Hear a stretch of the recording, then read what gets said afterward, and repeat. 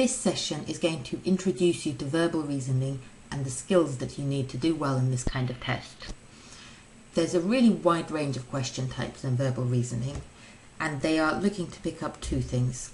First of all, they're looking for candidates who are highly literate, who can interpret complicated instructions or compile lots of written information in their head in order to work out what they need to know. A lot of verbal reasoning questions are at their heart logic questions, but whereas maths and physics rely on things that you've learnt in school, verbal reasoning is trying to capture your innate logical capacity, even when questions are presented in an unexpected way.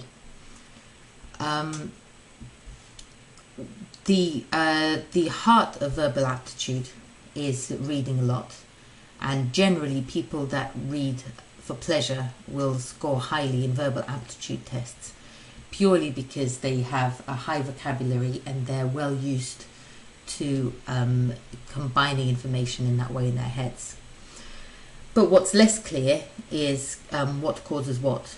Do people that enjoy reading, are they also naturally good at verbal reasoning, or does practicing reading increase your performance in verbal reasoning tests?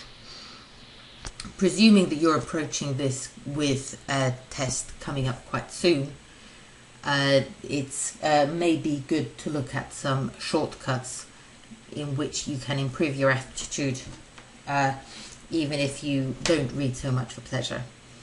It's worth developing a habit of reading a quality newspaper or a wordy magazine. Pick a topic that interests you and try and get in the habit of reading a short article every day. It's very much a case of quality should be prioritized over quantity, because what you're looking for is to be exposed to new vocabulary and to get used to being slightly challenged, but not to overwhelm yourself and take up more time than you can devote to this. As an approach, it's a good idea to have a dictionary and a highlighter pen so that you don't skim over vocabulary that you don't know. You might find an electronic bookmark to be more practical. With these, you can type in a word that you don't know, or with a Better Spec model, you can even scan it from the page, and then the definition pops up. And as you can guess from the name, it also acts as a bookmark, so it's very portable. To fix new vocabulary, it's a good idea to try it out in your regular life. It might sound silly at first, but it really is the best way of remembering it, far better than drills. Some other shortcuts would be to use your tablet device and download some educational apps and games. Don't be put off that some of these might be aimed at children. There are some really good quality products around. It just happens that children are a big target market for needing to improve their word power. But these games are often creative and engaging and fun, and you'll be absorbing language and new vocabulary without feeling that it's a chore. I would advise against the cramming approach, staying up the night before the exam with long word lists. The English language has such a wide vocabulary, you are never going to predict what's going to be on the test, and the vocabulary won't come to life for you, it'll be quite dry. For the rest of this talk, we're going to look more specifically at the kind of questions that you might be. So, punctuation and apostrophes. An apostrophe is used for two reasons. Firstly, it shows a missing letter. So, it's means it is, can't means cannot. Possessive apostrophe is showing that something belongs to somebody, like John's car.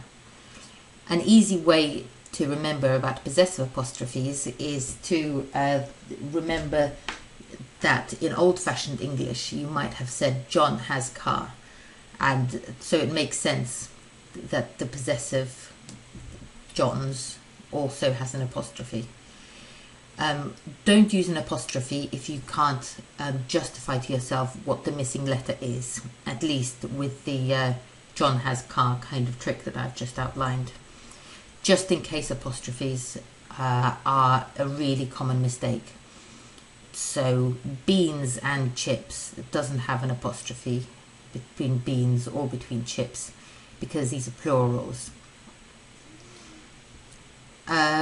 Punctuation in general helps you when reading out loud or reading in your head. It gives you a guide to when you should be taking breaths and when you should be taking pauses to help your listener understand. So you can tell if you've punctuated your text correctly by reading it out loud in your head and thinking if it sounds natural. A comma means a short pause and a full stop means a longer pause. If you have any text in brackets or dashes, try reading the sentence leaving that text out entirely. It should still make sense. Verbal logic puzzles are basically maths puzzles but presented in a different format. At their heart, they're often quite simple number patterns, but they can be hard to spot because we're not used to seeing them presented in that way. A pretty reliable strategy is to translate letters into numbers. So A becomes 1, B becomes 2, C becomes 3. And with numbers, it's much easier to see patterns like jumps by 2 at every step, or goes forward 1, goes backwards 2. Once you've spotted the pattern in the numbers, translate the numbers back into letters and you should have your answer. A question that might be on your mind is whether you're disadvantaged as a non-native English speaker. It's true that you would have typically been exposed to much less vocabulary over your lifetime, but the fact is that non-native English speakers are often the strongest performers in verbal reasoning tests. Really, attention to detail and the logical approach to filling in unknown information is what these tests are trying to extract. And often these are exactly the skills that you would have developed by having to learn a second language. So maybe you would be having to understand the sense of a sentence even though you don't know every word in it. In general, knowing foreign languages can give you an advantage on unusual words because you might be able to recognize the root of the word, or you might be able to relate it to another word that you know. And finally, don't forget good exam tactics. If you don't know the answer, cross out all the wrong answers first and then take your best guess of what's left. Don't get stuck on one question. Move on, come back to it at the end. Trust your intuition. Your passive vocabulary will be many times larger than your active vocabulary, and your gut feeling will often be right. And finally, don't panic. These questions can be quite hard, but if you think through them logically, you're bound to do well.